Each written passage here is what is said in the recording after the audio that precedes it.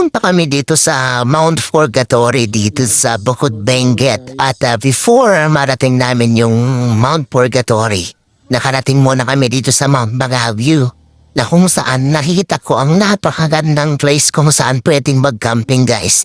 In between ng maraming fine trees.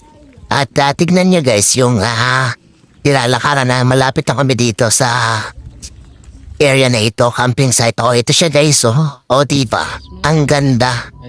So, malayo na rin ito guys. Actually, nasa 1,710 meters above sea level itong Mount Bagahaw. At dito ay pwedeng mag-camp dito guys.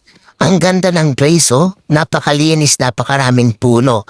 Kaya ako natuwa nung first nakita ko. Wow. Magandang mag-camping dito. It's a campsite guys. Yun nga lang, hindi kami makakapag-camp kasi day hike lang kami. Sayang nga lang eh.